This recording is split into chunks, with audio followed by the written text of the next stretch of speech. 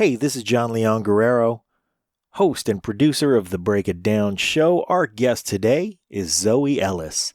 She's a singer based in the San Francisco Bay Area, more specifically Berkeley, a child of the 70s and 80s, and she's got the individualism, the social conscience, and the fierce determination that you'd expect from someone whose formative years were spent steeped in it. Her earliest musical expressions were very local but very popular. Her band in the early 90s, the Mofessionals, would frequently pack venues like Slim's that fit 500 people. Legally, I'm sure they were squeezing in 650 at least. But more importantly, she was a young lady with a commanding control of an absolutely unique voice, writing and emoting about things that were beyond her years. And as she progressed in her career, those sensibilities followed her around to projects that were much more than just people playing tunes. They were and continue to be explorations of love, pain, joy, and expressions of humanity. I have loved her work for many years now, and I'm happy to call her my friend. She is exactly the person I had hoped that songwriter would be, and I think you'll hear that in this conversation. Now, real quick, like Pete and I both want to encourage everyone as much as you can, please be of service to others. We're all going through a tough time right now, and sometimes the way out of a tough time is to help someone else. But if you need help, please also let someone know. Let us know. John at breakitdownshow.com, Pete at breakitdownshow.com. We are here for you. We also support Save the Brave at savethebrave.org. You can read all about them. So if you're wondering what you can do, help us support that team. Or find the seniors on your block and just check on them. Make sure they're doing okay. Maybe bring them some groceries every once in a while. As always, like and rate and review the show for us if you like what we do, or if you like Zoe. I sure do. Here's my conversation with the great and powerful Zoe Ellis. Lions Rock Productions. This is Jay Moore. This is Greg Proops. This is Jordan Harbinger. This is Dexter from The Offspring. This is Nathan This is East. Sebastian Younger. This is Rick Marotta. This is Stuart Copeland. This is Mick Gillette. This is Andy Summers. Hey, this is Skunk Baxter. This is Gabby Reese. This is Rob Bell. Hey, this is John Leon Guerrero. Hey, and this is Pete A. Turner. This is Zoe Ellis, and you are listening to the Break It Down show. And now, the Break It Down show with John Leon Guerrero and Pete A. Turner. Zoe Ellis is a singer in the Bay Area, based right here close by in Berkeley, and she is somebody I've been an enormous fan of for, let's see, what must it be, approximately 23, 24 years? Gotta be, I'll be 50 in June, and I started out there hanging out with you cats when I was about 20. Oh my goodness. It's been a minute, John. It's been a minute. Well, Yeah. I will say this because I was a fan of you back then. And then, of course, people get busy and they get lives and they make babies and they raise them. And I think I lost track of you for a good 15 years. But I always said, boy, I wonder whatever happened to Zoe Ellis. She must be singing around here somewhere. Yep, always singing around here somewhere. That is always true. Yeah. Yep. And then at some point, you showed up where I could see you on our friend Daryl's album in the band That's Agape right. Soul. That's right. And that was spectacular. And way back when we were kids, because when you were 20, we were about the same age. Mm-hmm. The thing that really made me a fan of you was not just that you have a voice that's unique and that's soulful and that's captivating, but you also wrote in a way that spoke to all of us differently. You had a perspective that was very valuable and really mature. I mean, you were 20 years old writing songs about the emotions around, young relationships, things like that. You wrote candidly about sex. I did. You wrote candidly about love, about expectations. And so part of that was for a young man, an education in the sophistication of a young woman's feelings. Huh. And that was really heavy. Fast forward to your songwriting in Agape Soul, and what has remained constant is your insight. What has changed is your experience. That's go on and say it, John. Now, that is true, friend. That is very true. Yep. Yeah. That's very high praise, old friend. That is No, I very mean high every praise. word of it. I certainly am not shy about being honest. Mm-hmm. Yeah, that's interesting. You're the first person to say you wrote candidly about sex. Funny, because at the time, that is not what I remember people saying about the stuff I was writing, but that is certainly true. That is what was What happening. were they saying? I don't know. I mean, because specifically we're talking about the writing I did in the Professionals, right? Yeah. Yeah. So, here's what I would say. The Professionals, I think, at least this is my understanding. And remember, I'm in a weird vacuum because I'm in the band, not outside the band. You know how that is very well. That the Professionals wasn't a song or a lyric outside of all the punk MF to the back or who likes the bass, right? Yeah. Yeah. It was an experience, right? It was a great place to take a first date. Yeah. Because I didn't wear a whole lot of makeup and I didn't dress up a whole lot. I just was barefoot in, jean shorts and a sports bra, like doing whatever with Caitlin.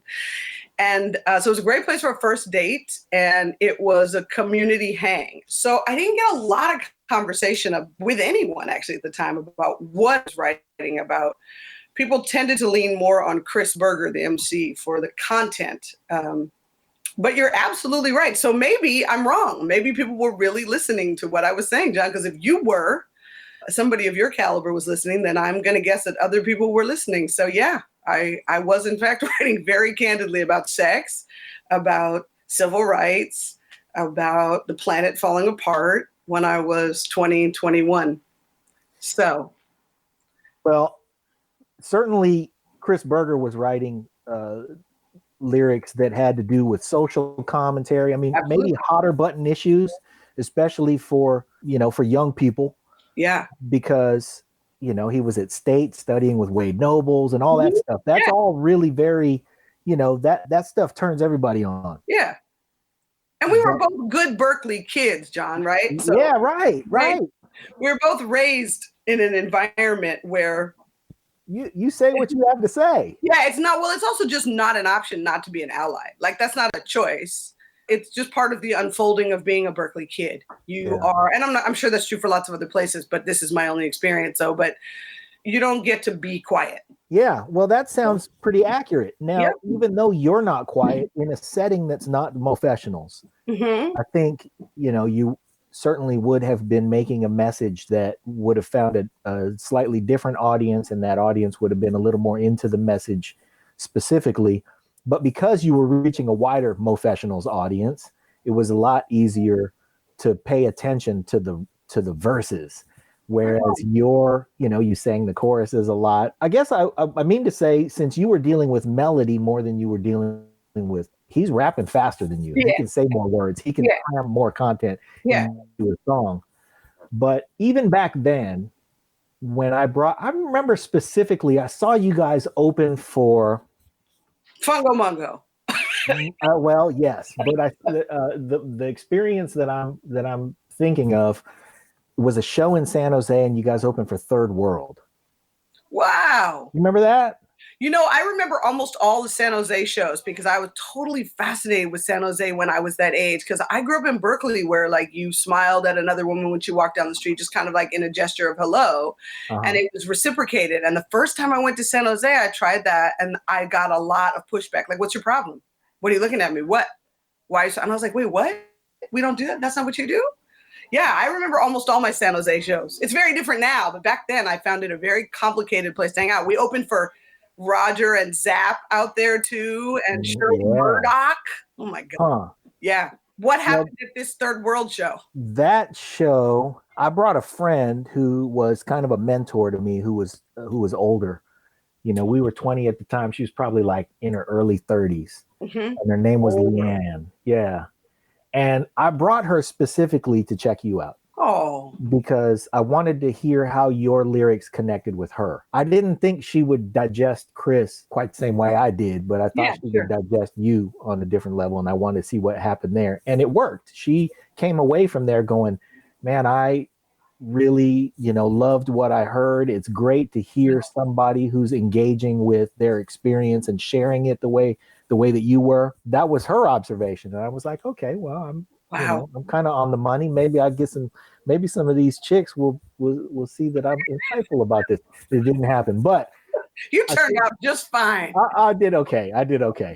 So the thing about that was that it kind of reinforced what I thought was going on, which was that you had a message that was valuable, and somebody who had a little more experience than I did was able to reinforce that notion with me.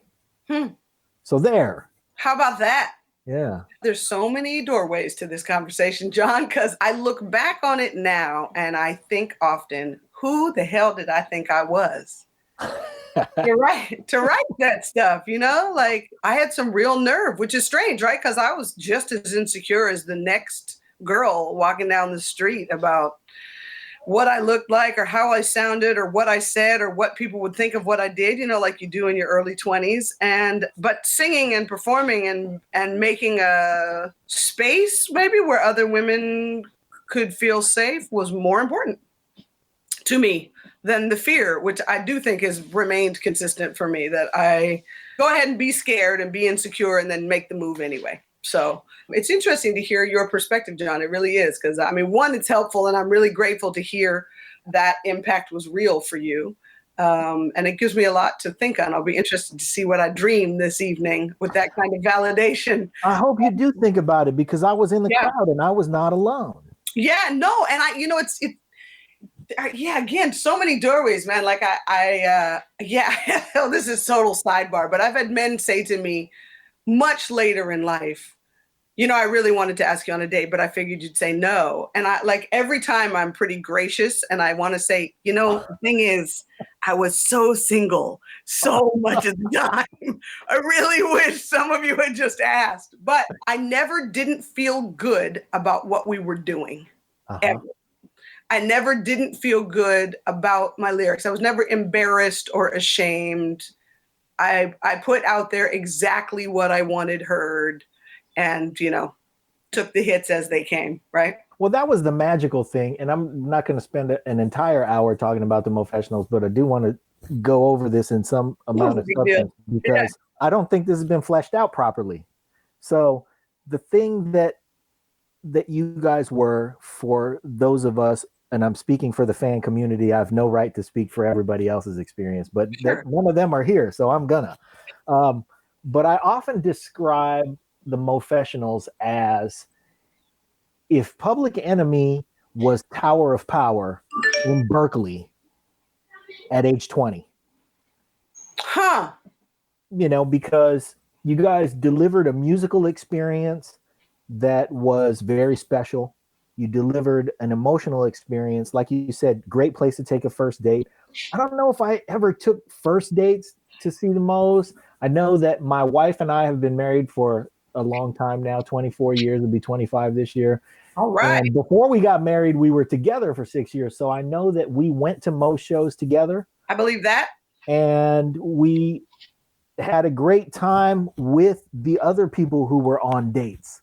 Yeah. In the crowd. That's real, man. It was a good place to be a couple and to hang out and go out as a crew. We had a lot of crews that came together to the shows. That's very real. We're talking about. That's cool because you got to. Oh yeah, that's cool because you got to attract more people. Yeah, I mean, you convince one person to go and they bring their crew of 6. That's so true, John. That was one of my favorite things about the show, is being on stage and looking out and being able to see. I know that crew and that that you knew if one of them was there, it was likely that the rest were there. Yeah, that was fun, man. Yeah, and then we kind of operated as a community too. I felt that way. I didn't know those crews, but you could see that. Oh yeah, I remember you. Yep. And I had that experience at the Professionals reunion. Totally. So did I. Man. People, what was deep was the one that we did for, was it the Fillmore Jazz Festival when we went out there just this last couple years ago, the last show that we did. And it was a street fair. So there was just, the whole block was full of people. Yeah. And there were no people I didn't know. Like it was the only time Lily was ever going to see me do the Professionals. And I couldn't even take 2 steps without seeing the other crew or the other group. It was great. That's awesome. We're all really aware of that. Let me say that about the Mo's. Everyone in the group is aware how good we had it. Chris Berger and I talk about that all the time. Mike Marshall and I were just talking about how good we had it. Yeah. life wasn't quite as busy, obviously, and it was in some ways, but like we rehearsed 4 and 5 nights a week for 4 and 5 hours at a time because we could. Right. And that's really why it sold what it did, because we were rehearsing all the time, all the time. Yeah. But I want to back up just a tiny bit, because I would be remiss if I did not. But the Mofessionals were not new to what they were doing, right? Like, the bottom line is, if the Freaky Executives hadn't existed in the Bay Area, the Mofessionals don't exist in the Bay Area, the Los Angelitos don't exist in the Bay Area. Like, none of it happens unless the band before us did it, right? So you said Tower of Power, so you reach all the way back there, then you come all the way up front to the Mofessionals. But there's nobody in the group who isn't brutally aware of that. Like, for me, it was the Freaky Executives and the Uptones, right? Because my brother Dave was a saxophone player in the Uptones, and his best friend Jay Lane was playing drums in the Freakies. Yeah. And all those first gigs I went to, John, where you see a pack of people be symbiotic on stage like that, I fell into the Mofessionals almost entirely by accident, but that is what I thought was right. Earth, Wind, and Fire is what's right. You should be able to support 13, 16 people on stage and a full horn section and 2 guitars and 2 keys. Like, I still, in my heart, wish that we could support that on stage. But of course, the cost of living hasn't changed. You still get the same amount of money.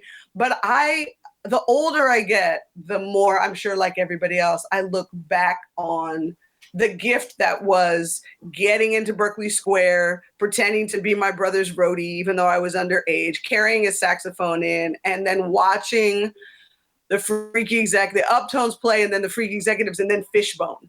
Yeah. Right. And having some sense of like, oh, that's how that works. Oh, I want to be in that sound. I want to be an instrument in that sound. Just one. And I think that for me sort of summarized the most. It was just one thing. We were all instruments in one thing. Nobody was a star. Nobody was the best. We didn't really function without all of us together. Yeah. So, and I saw that happen because of groups like the Freakies and the Uptones, right? Yeah. I mean, the Freakies would have been great with Piero or Scotty, but with Piero and Scotty. Greater than the sum of your parts. That's exactly right. The other thing was everybody in the Mo's was selfless. It seemed like everybody wanted to. I'm sure that's not the constant band dynamic because it never is. But on stage, it seemed like people wanted to pass the rock. Yes, I think that on stage, that is what it looked like. Yes, we did have our, fussing around that. And actually, I think Chris would be perfectly okay with the fact that he and I, we are clearly brother and sister, and we argue like siblings as well. But we definitely had our moments where, everybody was in the same zone where we were learning. And I had been lucky enough to watch what it looked like for people to pass the rock, as you say. And not everybody in the band had, and I certainly didn't necessarily do a better job than anybody else, but I was very much about being fair and respectful. And, we were young, and people were drinking and smoking and doing all kinds of stuff. And sometimes you lose track of yourself on stage, like that. But I will say, for me, that's where every single one of those lessons was learned, John. I mean, did I step on a solo that Eric was about to play? Absolutely. Why? Because I wasn't listening. Did it happen again? Yes. Does it happen anymore? Probably not.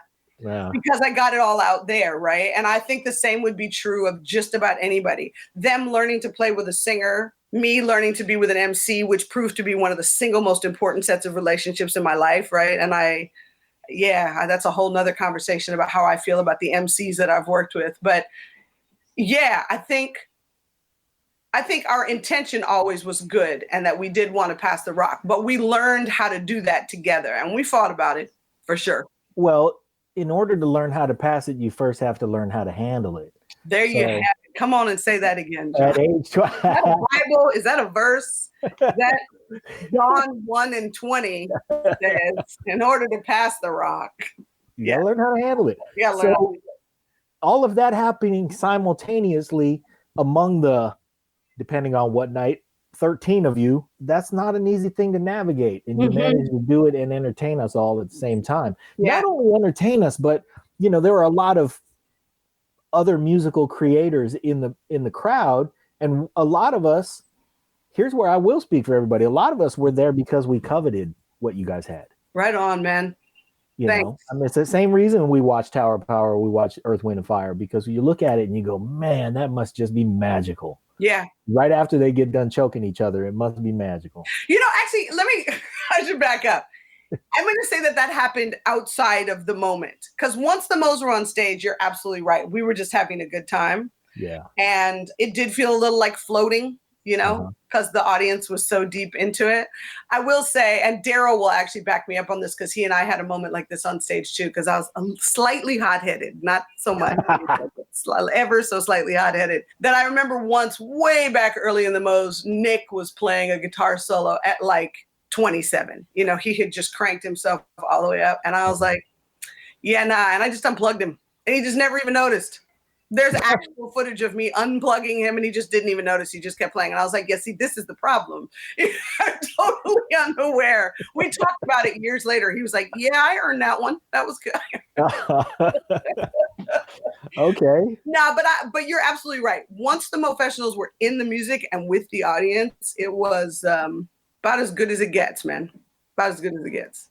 At the time, I had, let's see, if I was about 20, my brother was about 16, and I would tell him about shows that he couldn't get into. And eventually I got to drag him to one, because it was an all-ages show at Slim's. It was the show where I think the bass player from the Incline proposed to you on stage.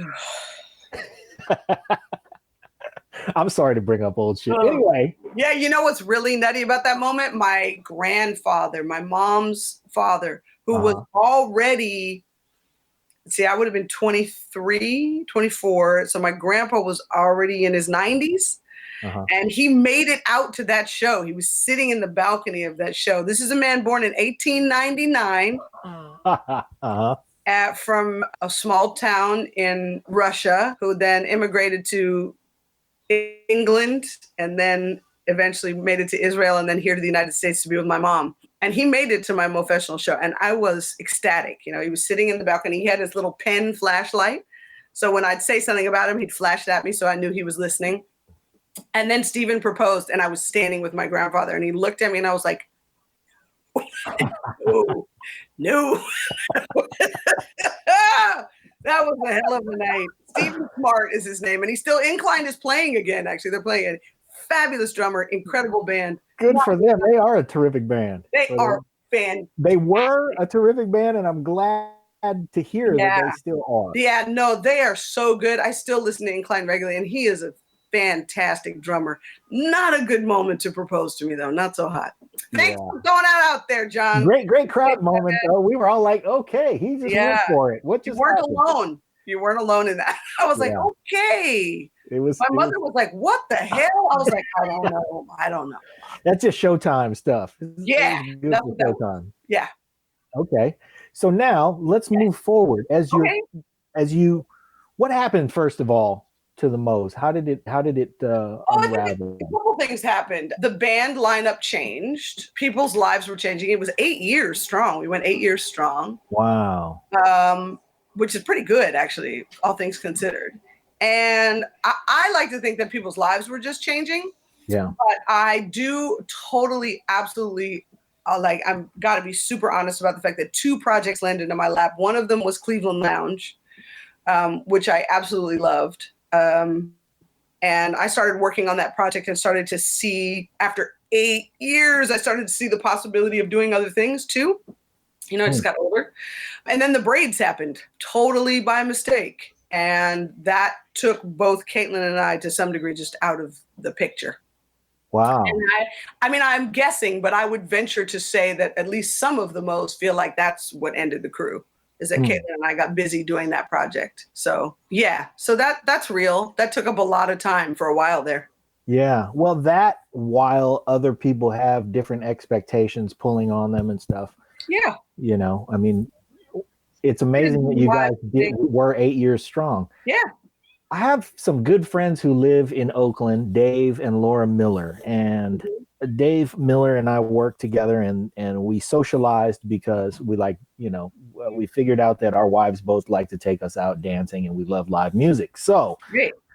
Here's where this story goes. I'm ready. If you're going to bring up the marriage thing, God knows where this this is pretty mild, but it's funny. We went to Luca to see Agape Soul. Was I there? Yeah. I played at Luca with Agape Soul? Yeah. You sure I have no did. memory of ever doing a gig at Luca. I think I've Yeah. been in that building one time to go dancing. It was in the beer garden around back. Oh, cool. Okay. Was I 9 months pregnant? No. Okay. No, this was not that long ago. Okay. This is what happened. We were there enjoying our dinner, waiting for the band to play, and you guys started, and you started, and then Laura just had this look on her face. That wasn't Luca. That was in Benicia. Yeah, at Luca, the name of the Is that what that venue place is is called? I thought you Luca's meant Beer Luca in Garden. Oakland because you said your friends were in Oakland. No, okay, yeah, no, I remember that Yeah. gig well. Right, that's where we reconnected. Yes. So she said, yes, she's the one. She bought all your. She went down and was like, "Oh my God," and bought CDs from you. It was great. Yeah, it was. But first, she didn't.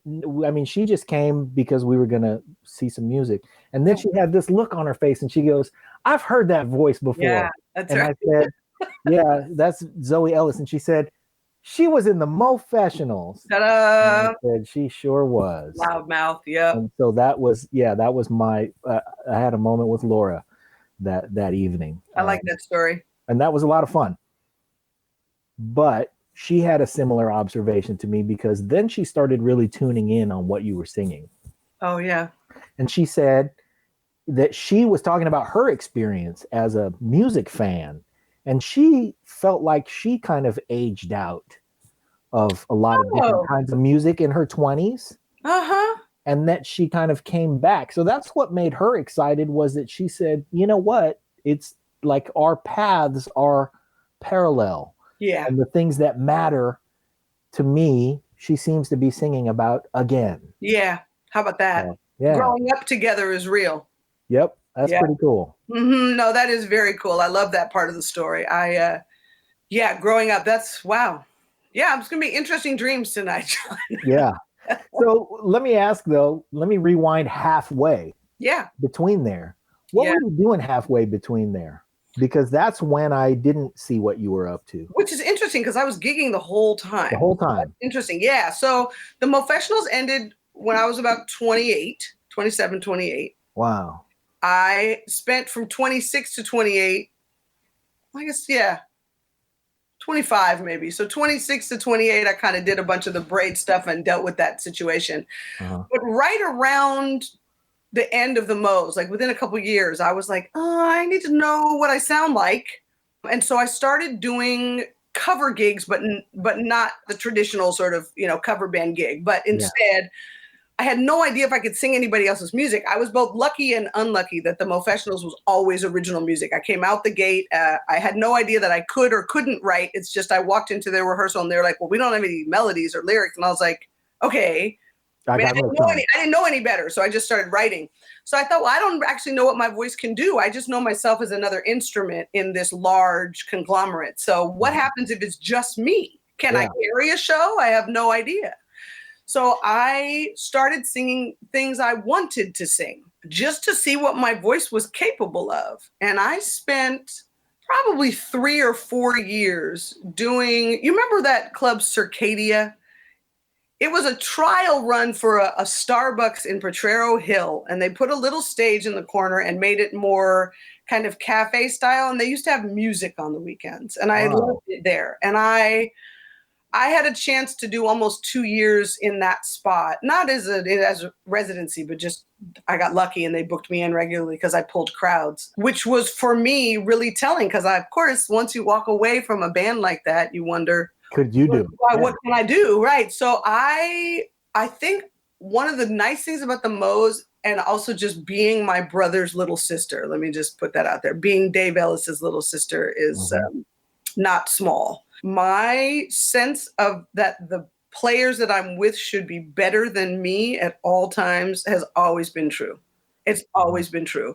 And so I don't have any fear of asking. The worst people can say is no. And I got lucky in some cases. I met both Daryl Anders and Cedric Dennis in Cleveland Lounge in a rehearsal. Okay. Folks like Joel Griffin, Nate Pitts, Tommy Bradford, where I would just be like, want to come play? Like, I don't really know what's going to happen, but let's go see what happens. And I ended up with these players who were so damn good, John. They just pushed me. And I figured out that I could carry a show by myself if I needed to. So I did that for a long time. I picked up a lot of studio work for many years, and I'm really proud of the record collection that lives in my house of albums that I participated in. I feel like that's, in some ways, that's part of what I leave behind that I'm most proud of, is how many times the phone rang and people said, hey, I just need that solo voice to do this section or do these backups or something. And I'm really proud of that work. So I never stopped working, and Daryl was playing with me on and off for years, and vice versa. So let's see, how many years is that? So I went through my 30s pretty much doing those kinds of gigs. Then totally randomly, sidebar, I ended up in this a cappella group called Slammin', all body band with Keith Terry, Steve Hogan, Destiny Wolf, Kenny Washington. I mean, shit, man, Kenny Washington. Sorry, can I swear on the show, Pete? Yeah, go Okay. crazy. So, somebody threw me on stage with Kenny Washington and said, okay, now improv. Like, well, shit. Let me. I mean, if I wanted to be in a room with somebody who's better than me, give me Kenny Washington. Yeah, you asked for it. Destiny Wolf, right? Mm-hmm. Steve Hogan. It was really something. And my chops, I mean, thank God I had spent that time in Daddy Goddess, which is this weird offshoot of the Mofessionals, right? Where we never rehearsed and it was all improv. I had some sense of what it meant to do it, but I ended up in Slammin', which then eventually led me to Soulful and that whole world of a cappella music. Soulful was Bobby McFerrin's voicestra until he decided to leave, and he kept the name. And so I've been in Soulful now for, 10 some odd, 12, 15 years. I don't even know now, a really long time. I spent a lot of time on the road with them. And again, a whole different muscle. And, somewhere, Andy Gilbert. I do not. Andy Gilbert? Andrew Gilbert. He's a writer. He's a music lover and a writer in the Bay Area. And he's sort of my litmus for what I've done and how and why, because he always shows up in my life. He's a phenomenal human being and lover of live music. And he always shows back up and does a new piece. He'll be like, hey, let's do an interview and talk about where you're at right now. And one year he did one, and I'm going to say this is just before Lily came along. And he said, well, what do you want to do? I said, I want to learn from the best in the Bay Area.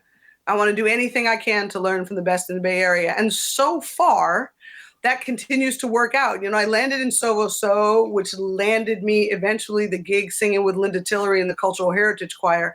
And there is no better human to sit next to if you want to know more about what you're capable of. And a cappella music will certainly strip away the bullshit, John. Yeah, right. Whether or not you got nothing. Hang, either you can hang or you cannot, because there's no breaks and there's no covering anything up. So, and I feel like that's been the joy for me this whole time, is like when I got the call for Slammin', and I tell this story a lot, Keith Terry called and said, hey, I got your name from so-and-so, and I have this band. And actually, Vicki Randall was in the seat that they were asking me to take over, but she got the gig in LA, right? Mm-hmm. So the big one. So we're kind of an a cappella, like beatbox, body music kind of thing. And I was in the kitchen shaking my head, like on the phone. And I was like, sure, man, sounds great. Because what am I doing? I don't know if I can hang on your gig, but damn, the phone rang and I'll take a chance. So let me just take a chance. Well, somebody recommended you. So somebody recommended me. Come others on. knew you could do it. Yeah. Why not? When you get there and you start to do it and you realize that, oh man, I got to punch above my weight. And here you are in thrust yet into another situation where you got to flex a new set of muscles. Yeah. And you continue to challenge yourself.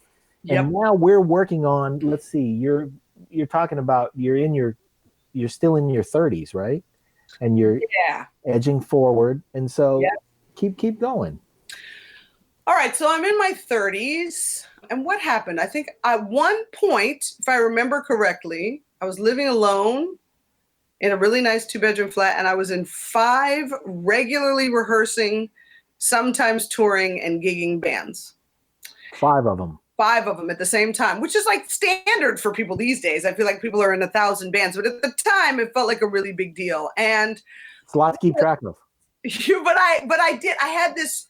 I remember a specific turn of events right around, it was a New Year's Eve when I think I was around 37. I did a restaurant gig with Lynette Williams. You know Lynette? I don't. Yeah, you do. Lynette plays keyboard for Layla Hathaway out here a lot, but she's Childish Gambino's keyboard player. And she gets all the gigs. She just recently got the Lizzo gig, and then we went into quarantine. But I had this moment of, and I'm guessing this is true for you too, but one of the nice things about music is that the age thing doesn't quite matter as much. I was young at one point and somebody helped me figure out, the Fred Rosses and Tony Lindsays were super loving and kind and helped to say, hey kid, yes, hey no. And I've got all these friends in the music business who are 10, 15, 20 years younger than me, as well as 10, 20, 15 years older than me. Mm-hmm. But there was a wonderful unfolding of some point of meeting an entirely new set of musicians that I had not met in the area yet. And this was really, I think, when I look back on it, it was like a big part of the church scene that I just hadn't met all the players, And that changed the game for me a lot. There were a lot of people out there that I wanted to make music with. Hey, this is Pete A. Turner from Lions Rock Productions. We create podcasts around here. And if you, your brand, or your company want to figure out how to do a podcast, just talk to me. I'll give you the advice on the right gear, the best plan, and show you how to take a podcast that makes sense for you, that's sustainable, that's scalable, and fun. Hit me up at pete@breakitdownshow.com. Let me help. I want to hear about it. There were a lot of people out there that I wanted to make music with. So right around 37, I'm going to say, I feel like a whole bunch of new musical relationships exploded. And I spent a lot of time in the wormhole, just listening to what the 20-something in Turkey is doing to make fusion now. What is he doing? And is it on YouTube? And can I watch it again? I spent a lot of time tripping off how much more information there was out there than I had realized. So that's when the information explosion happened. Oh yeah. And right. Of course, the internet does that to people. And I was deep in it. Singing all the time. My voice was my strongest muscle. I was having a fabulous time. I was less invested in whether or not there was a big audience than I was in whether or not I was holding my own in the groups I was hanging out with. And then, John, I had a baby. And so I gigged up until 2 weeks before she was born on stage. She was really kind to me. She didn't sit on my diaphragm or anything, so I could breathe. And she was kicking and remaining out of the way because she knew what was happening. No, actually, I have to tell you something interesting, actually. My last gig with Agape Soul before, it wasn't my last gig, but it was the last one before I ended up having Lil. I think it was about a week before my actual last gig. The sound was just terrible. And I mean, it was terrible. You remember the old days when you'd go to like the elbow room and the sound guy would have been on, crank for the last 4 days and then finally fall asleep on the board and just like push all the faders to the top. And you're just stuck with that for the rest of the night. It was that kind of sound. It's the only time on stage that Lily beat me up. Whenever I'd get on stage, she'd go completely still. But that night, it was like she was saying to me, okay, this is enough. I've had enough. This is terrible sound. We need to get out of here. But yeah, and then I guess 2 weeks, the last gig I did was with So on stage for a reproductive health convention. Totally random. They thought and I was a room full of like gynecologists. And they were like, oh, that's really funny that you've got the pregnancy belly on. I was like, no, actually, I'm due like right now. Any minute. I was all like staging Robert Moses dance moves and like 9 months pregnant. I had Lily and I went back on stage 2 weeks later. Wow. Yeah. So there was no break. There's never been a break. I just may not have been gigging in the audience where you were sitting, John, but you didn't take any breaks, did you? Yes, I took a big, long break. I only really started playing the drums again. When we started this show, we found ourselves, I was chasing Tommy McElroy around. I wanted to get him on the show. And we had done like maybe just 2 or 3 episodes. We just put up episode 701. Fantastic. But that's amazing. Well done, Pete. Back when we had like, I think 4 episodes in the can, we found ourselves at Dwayne Wiggins' house. Yeah. And I was just trying to get we were trying to get as many people as we could on the show, just get good guests. And he said, "Hey, what are you guys doing later?" Because it was like 4:00 in the afternoon, and he said, "There's a rehearsal happening here tonight, and Levi Caesar is going to be here. If you guys know Levi." And I said, "No, but I want to meet him, so we'll come back." Yeah, that's what's up. So we went and got some chicken wings or something, and we came back. And I walked in there, and the band was still setting up, so we were just kind of pulled back and staying out of the way, and met Levi and shook hands and all that stuff. Juan Escovedo was there. And he's always there. Yes. Well, he and I had played together years ago. And so I guess the drummer called, and the rehearsal was starting at 5:00. And the drummer called and said he was stuck behind airport traffic on 980 or whatever. And it was going to be 15 minutes. And and I hadn't played the drums in easily 15 years. Really? Yeah. It's funny. You just said that. And I was like, I did have one break. The year I got married, I took 1 year off of singing. That was it. There was one break. That was only 1 year, though. 15 years, John? I'm mad at you. It was just like dashboard and, but all your chops and your everything just goes completely away. Well, drumming is a whole different thing. I mean, yes, if you don't sing, you're going to have some trouble, but you can work that back in differently than actually pulling. You know how I feel about drummers, right? They're the most important person in the band. So it's a different kind of shape, but I want to jump in and tell my part of the story here. Oh, yeah. First off, it was chicken wings. Don't let him fool you. He remembers absolutely. We went over to Wings Plus. He knows it. Yeah. We're sitting there minding our own business, trying not to be in the way like you're supposed to when you're a guest. And they're all trying to sort out this drummer thing. And then Juan looks at John, and they had exchanged less than 30 words. He just said, Remember that gig? Oh, yeah, I remember that gig. Oh, man, cool. See you later. Something like that. That was all it was. Juan points at John and says, "That guy plays the traps." There you go. Everybody left to go to their positions, and John was sold. John, you're like, "I guess I'm back in the game, coach." Yep. Yeah, exactly. So it was Juan who pulled me off the bench, and I'll forever be grateful. I'm so glad he did. But he pulled me off the bench to play with Levi. Never done a gig with Juan. I just want to put that out there live. Is that true? How is that He's been on stage with my big brother. Every single friend I've got. I have never done a gig with Juan under any circumstances. I know. That is a shame. Isn't that sad? It is. It is. Well, when we get back to business and there's live music again. How about that? I'm sure that'll happen at some point soon. Yeah, yeah. But yeah, my reintroduction to the drums, I just sat there and just tried to play the backbeat and not mess anything up. Yeah. But I remember I was on the riser and I was playing and I was like, just trying to blow some cobwebs out and looking at the MD of that band, which was Levi Caesar. And I was like, there's no way this is not an omen. I have to get back. That's right. Get back to it. Levi is the nicest cat though, too. Yeah. I mean, if you're stepping in to help them rehearse, Levi, I mean, I've only done a few rehearsals and gigs with the cat because of Agape Soul.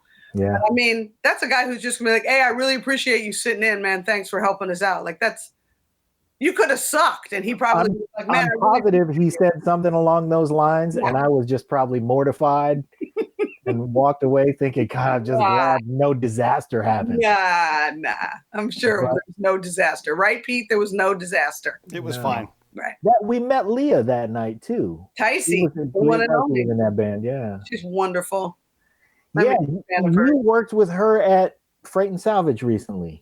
I did, actually. I met Leah at Glide when I was singing there. I was there for about 6 years, and I met her and Vernon Bush there, actually. And I invited her. I had always wanted to try, again, with the just try something that you're not sure will go well or not. But there was this Alison Krauss record, this bluegrass record. It's got nothing to do with what people expect me to sing.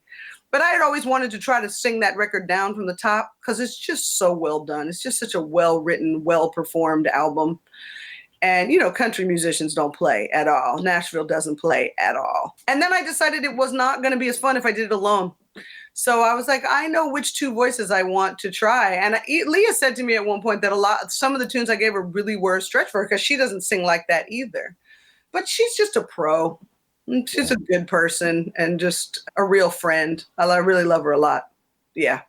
She is pretty lovable. Yeah, I've known her a long, long time. Long time. I feels like now, anyway. Yeah. So to answer your first question, I'd never stopped singing. I didn't even stop once Lily was born. I did stop touring in earnest when she was about 15 months old. I got back off the road with Further, which was what was the rest of the Grateful Dead who were still touring, who I sang backs for quite some time. And there's not been a break since, which is how I like you were it. super, super busy. I guess I have a lot of catching up to do. We do. I mean, honestly, you sent me a text earlier saying, is there anything coming up? Daryl and I are writing. Daryl's writing like crazy. I'm really proud of him. He's really committed to Agape Soul. He and I are doing some writing. Let's have a moment just real quick about Daryl.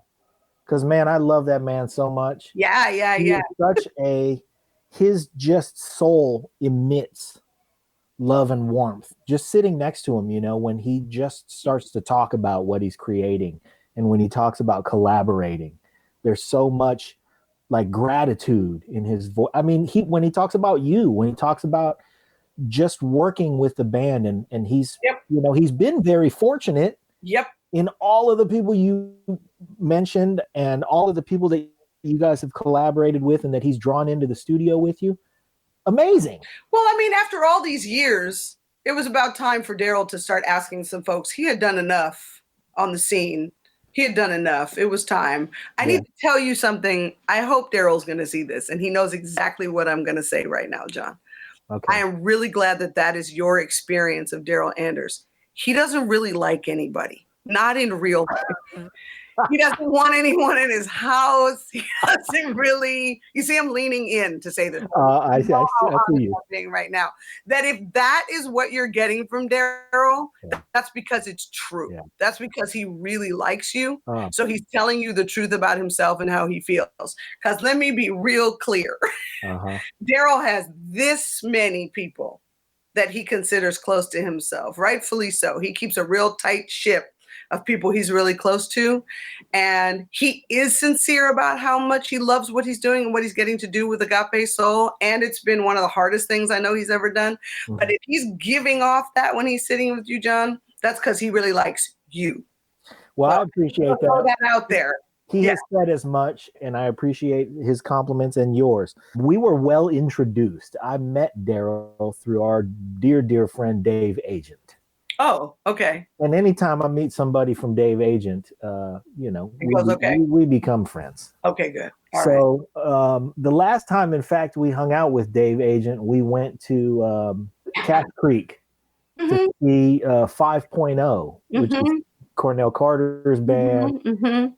And, we love watching them. We were celebrating my wife's 50th birthday party. Awesome. We were standing out in the casino having some drinks because we had an hour or so before the show started.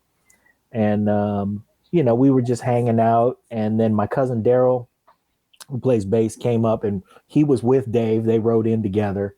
And then Rich Agwan came and we were sitting around having some drinks.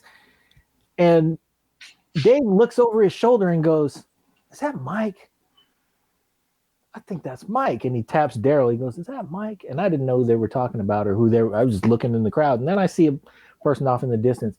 And Dave Agent yells, "Mike!" And he turns around and it's Michael Cooper. Oh. So he comes walking over and he says, "What are you guys doing here?" And Dave says, "We're celebrating her 50th birthday party." And Michael Cooper took my wife's hands in the middle of the casino floor and started singing happy birthday to her. Oh. And of course we all joined in, but then I looked around and I realized like Dave has created this moment. Yeah. The casino stopped and was there for the singing of this happy birthday. And I was like, okay. And then we all disperse and we all hug and see you guys later. And I said, you just got sung happy birthday to by Michael Cooper. And she was like, that was kind of overwhelming. Yeah.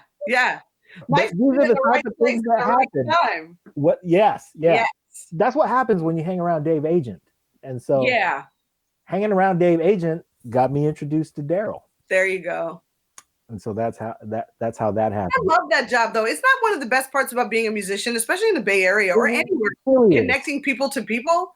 Yeah. People to people, Musician fellowship is the best. It's the best. I mean, now, especially with social media, like I had this one very random gig with Linda Tiller in the Cultural Heritage Choir in Edmonton, Alberta at a folk festival, which in Canada, 20,000 people show up at these folk festivals. And they have these stages where you play alone one day and have a solo show. And then your group is blended with other groups. That's just how Canadian folk festivals work. I don't know how they work everywhere else, but like you go in and then eventually they put you on a stage and you're combined with other groups. Do you know who Rich Brown is, the bass player? Yeah, I've heard of Rich Brown. So Rich is one of my dearest friends because we got thrown. He was in an Indian fusion band and I was in this slamming all body a cappella band. And they were like, hey, you're going to do a show together with an Inuit throat singer who's kind of an avant-garde artist named Tanya Tagak, and another DJ who does mostly, Indian music.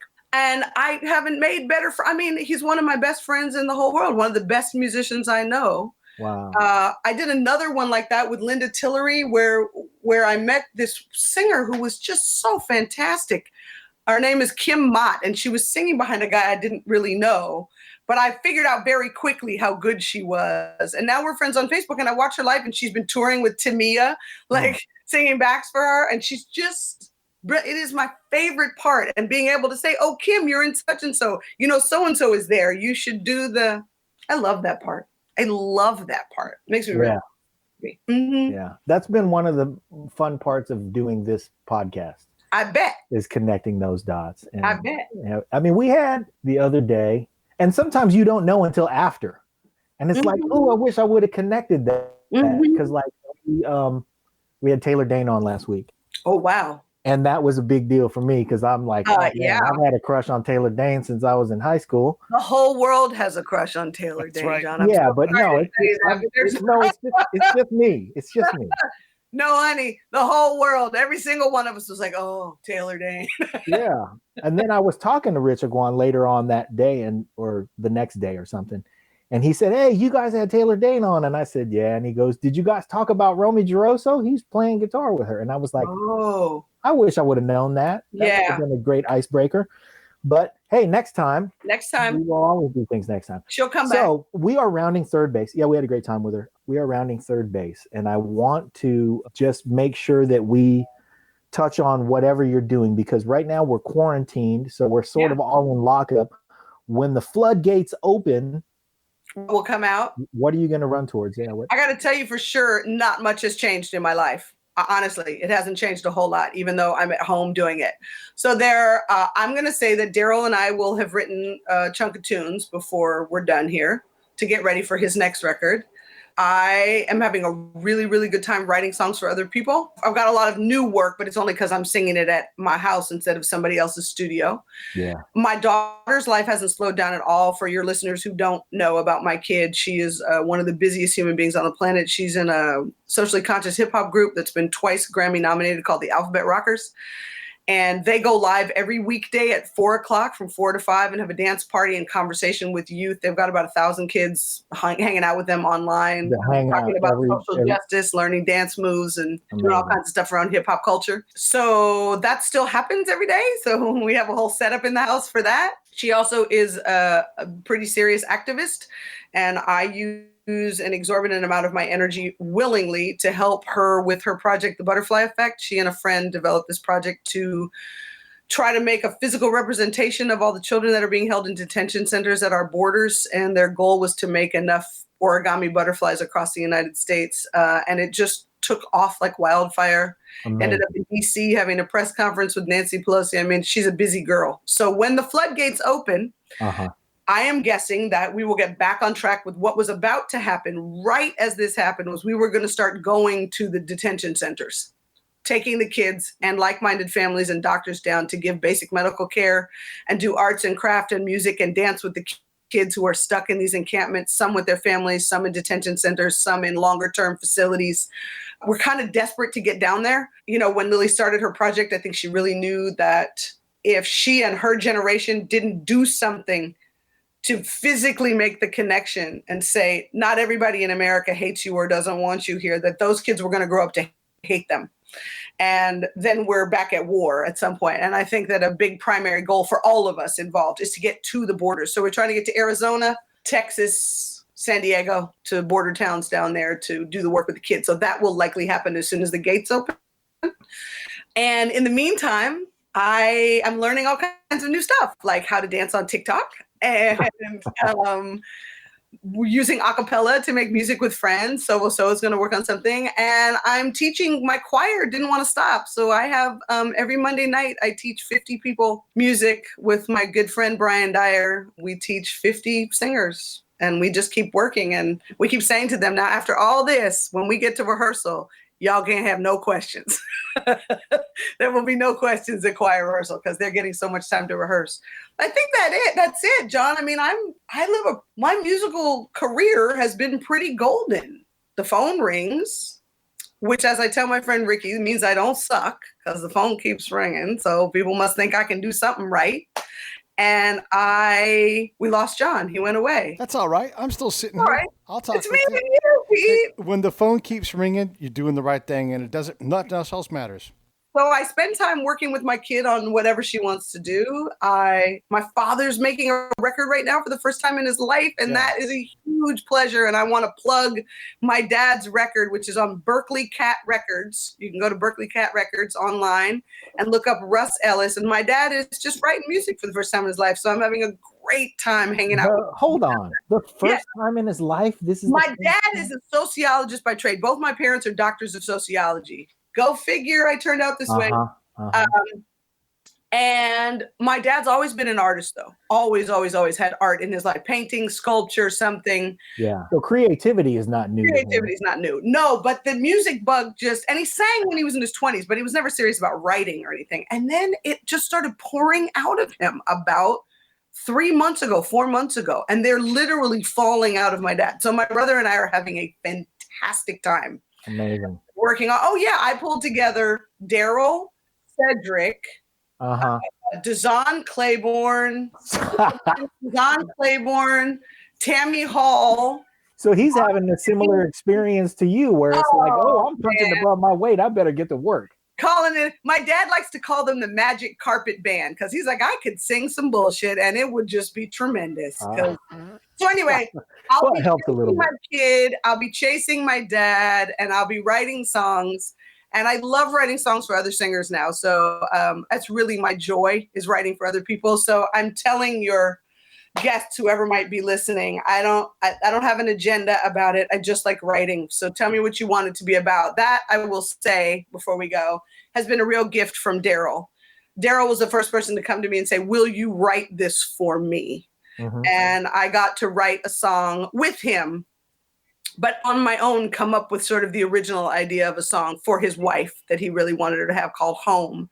Yeah. And it launched me into a really nice stratosphere of writing for other people, which brings me great joy.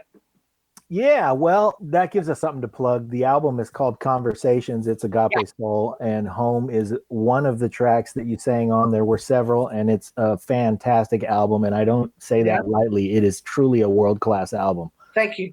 So everybody should get that if you want to hear Zoe, if you want to hear Daryl as well. Actually, and if you're a real serious musician, you know who Tommy Sims is. And if you know who Tommy Sims is the one who's actually singing Home on the record, which for me was pretty much like career defining. I was like, oh, well, that's it. I don't need to do anything else. Tommy Sims is singing something I wrote. We're done. So, I just want to show I'm not plugging something I don't know about. I got a copy of it right here. So get it. Great. Here's what I want to say. First of all, I want to answer Mary because she said, have you ever topped that birthday song with your wife? Maybe, because she went from 50 was last year. This year she turned 51, and this year Taylor Dane sang happy birthday to her. So that was pretty cool. She's on a roll. However, I don't know if that's a topper, and maybe at some point we'll do a milestone birthday and I'll ask you to write something and we'll do something that really tops. I got you. So there's that. The other thing I want to say is that Lily is a clear example that the making connections with human beings is something that runs in the family. Mm-hmm. So I think that you're experiencing now something in her where we all want our kids to do something a little better. We want to see them excel. And if we've done anything, we'd love to see them take the ball and take it further. And that's right. It looks like she's got the stuff. So she got it. I really love how you cultivate her gifts and how you encourage her. And she is doing big things. And then the last question we always ask, What's that? Will you come back? Oh, anytime. All right, good. Anytime. But next time Pete has to actually be in the conversation because there's only so much I know about Pete at this point. In our prep, Pete said, man, I got so many things to do. Would you mind if I just kind of started things off and then produced it, and I'm going to let you run with it? And I said, I probably have 75 questions. So I think we could do. Yeah, but I'm long-winded, so you got 4 questions in. So I did. Well, we got more shows. We got 700 something more coming up. I actually have, we could do an entire show about my relationship with Daryl, our musical relationship. And I think if you guys are up for it, it'd be worth having us both on at the same time. Because Daryl, the first time Daryl was on, he was on with Dave Agent. Oh, and then the second time it was just Daryl, and it was after Conversations had just come out, and that was also great. But yeah, having the two of you on at the same time would be tremendous. Oh yeah, yeah. He is really my brother. Let me be clear about that. He really is. Yeah. Well, we will do this again. Okay. Like I said, we have a lot. I have a lot of catching up to do in the years in between what I got into of your music. So I'll send you some stuff. Please do. I will consume it. And thank you for doing the show. No, thanks for your patience. It took me a while to get here with you, didn't it? I really do it, man. Yeah, no, this is really fun. Thanks, John. Thanks, Pete. Thank you. All right. Zoe Ellis, everybody.